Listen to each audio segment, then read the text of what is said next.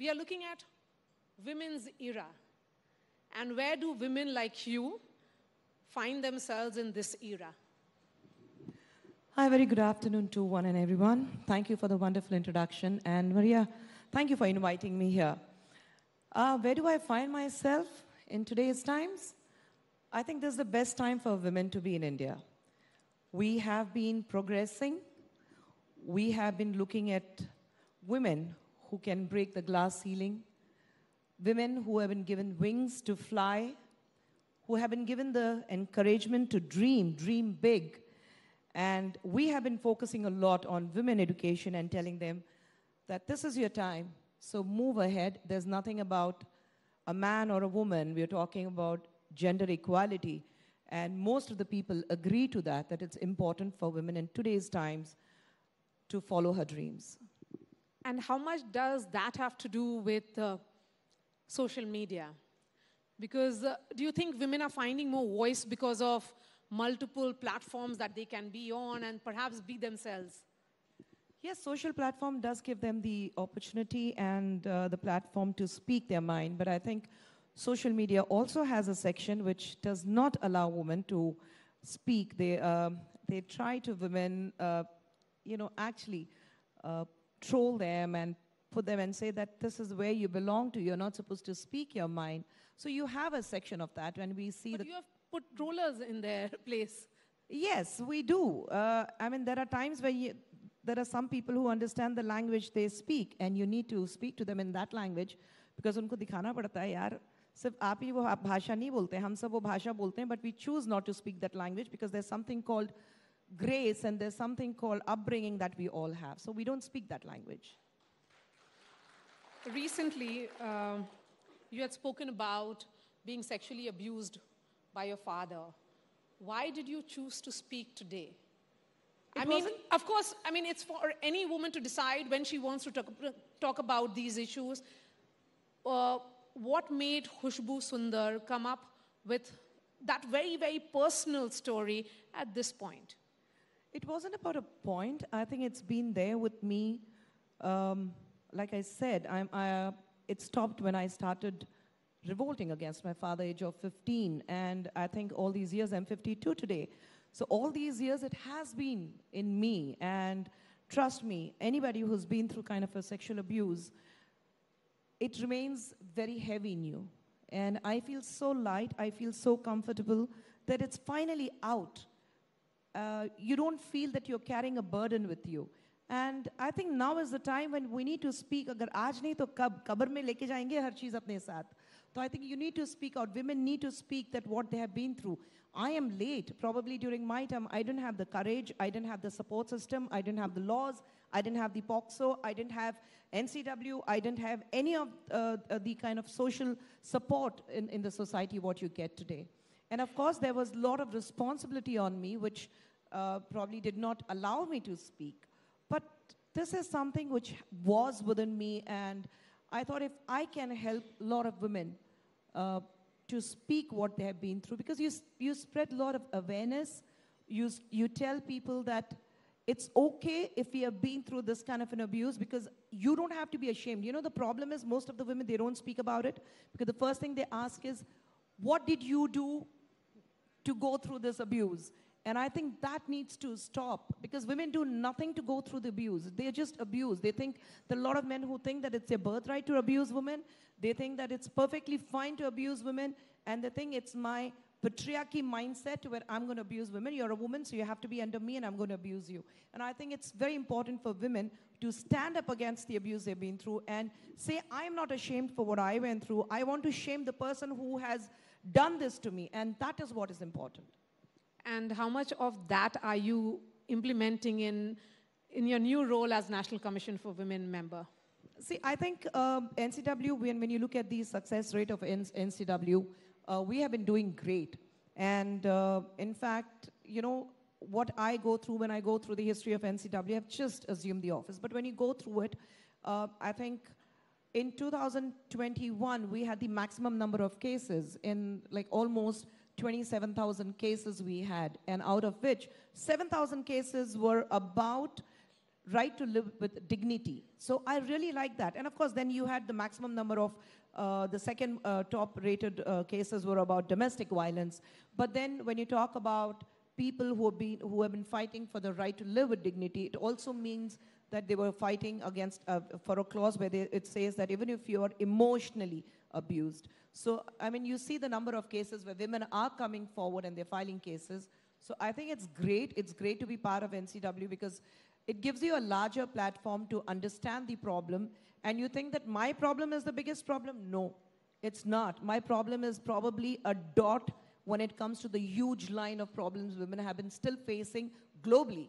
So I think it has to start. Kehte hain na ki to draw a line, you had to start with a dot. So let this be a dot and let us start drawing a line. So शुरुआत हो गई है.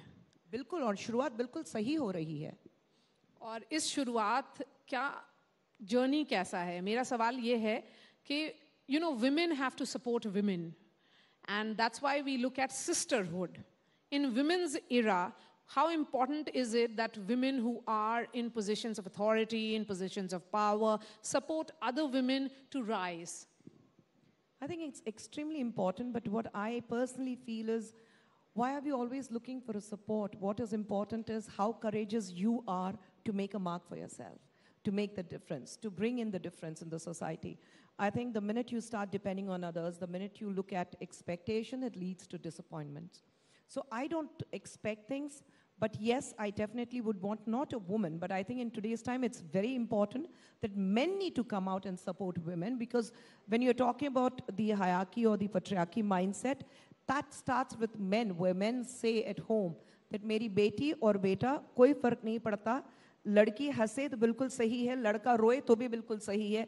Gone are the days where you say that अरे तुम लड़की हो, इतनी जोर से तुम हंस नहीं सकते हो, और लड़की जब लड़के रोते हैं तो कहते हैं कि क्या लड़कियों की तरह रो रहे हो. I think we need to get away from that mindset. But Khushboo, you know, because you endured in silence till the age of 15. At that time, were you looking for some support from within the family? No, because I didn't tell anyone about it.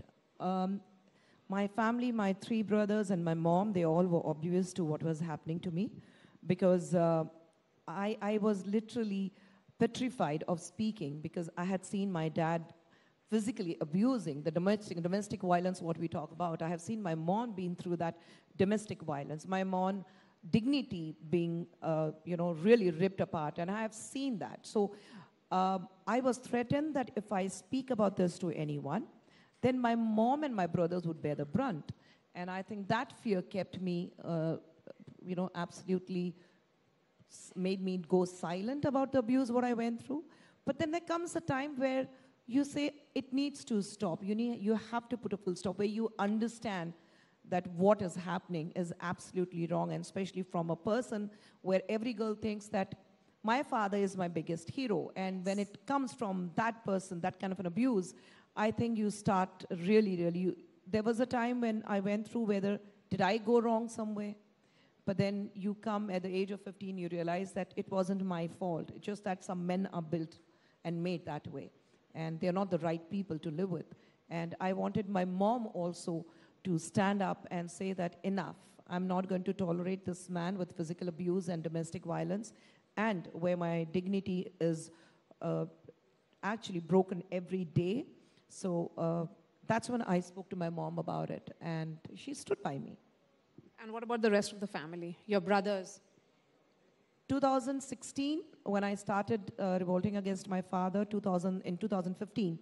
2016, my dad understood that he will not be able to get what he wanted, so he just left us and overnight, and he went back to Mumbai. We were just coming in, I was just starting out in Telugu Films, which was based out of Chennai.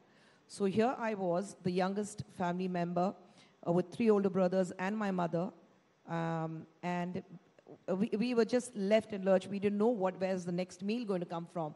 And since I was a minor, whatever the bank balance I had, my dad took it with him. And he challenged me. He said, "Ekdam tum wapas aogi apne घुटने पे रेंगते हुए, you'll come back to me and beg me for forgiveness and say that मुझे वापस ले लो." And I said, the day I think if that kind of a situation arises, I will make sure that I poison my mom and my brothers and I'll jump in front of a train, but I'll never come back to you. But then I think I had this resilience, I had this courage, I had my self-confidence. And you were a minor then? I was a minor. And I started working, and I just immersed myself completely in my work. I didn't have time to think about anything else. And from 2016, I have never seen my father, and I think I heard that we lost him last year. So I said, good. I mean, Dharti Mata se ek boj ud chuka hai. Khushboo, you know, when you're telling me about this story, it's life. It's a life journey, life story, and it means a lot to talk about it. Do you often encourage your family members and other women that you meet, because you have had a long and illustrious career as a politician, of course, as a producer, as an actor, do you often encourage women to speak? I always do that. I have two beautiful girls, very young girls. My older one is going to be 23 this September, and the younger one is 20 plus. And I think it's very important that you keep speaking to your child. And my daughters are like, they're enough. Matlab kehte na ki bahar you are a big deal, and you know people are worried and scared of you. But I become a meek cat in front of my children because my girls are so vocal. And I think one person is enough. I'm glad whenever I'm out, I'm glad that they are not around, because they're enough to shred me into pieces. And they're, I mean, I speak to them. And anything right from their school days, I've been in a habit of the minute they come back home, you speak to them, what happened in school. And it's not about teaching the girl child, or any child for that matter, about a good touch or bad touch. I think what you need to understand is you need to strike a conversation with them, gain their confidence, and say that whatever happens, come and speak to me. Yes. And my daughters are very, very open about it, very vocal about it. There are times when we have political differences, but they are open about it. And we love the fact that there's a very wide and open conversation within us. Thank you so much for this conversation, Khushboo, and it's a pleasure that, and thank you for all the effort that you made to come and participate in Rising India. Please stay with us. Thank you so much, ma'am, for sharing your honest thoughts. And Maria, I'd request you also to please stay on stage, as now is the time for felicitation of the real heroes in the field of gender equality. So ladies and gentlemen, presenting the winner in this category.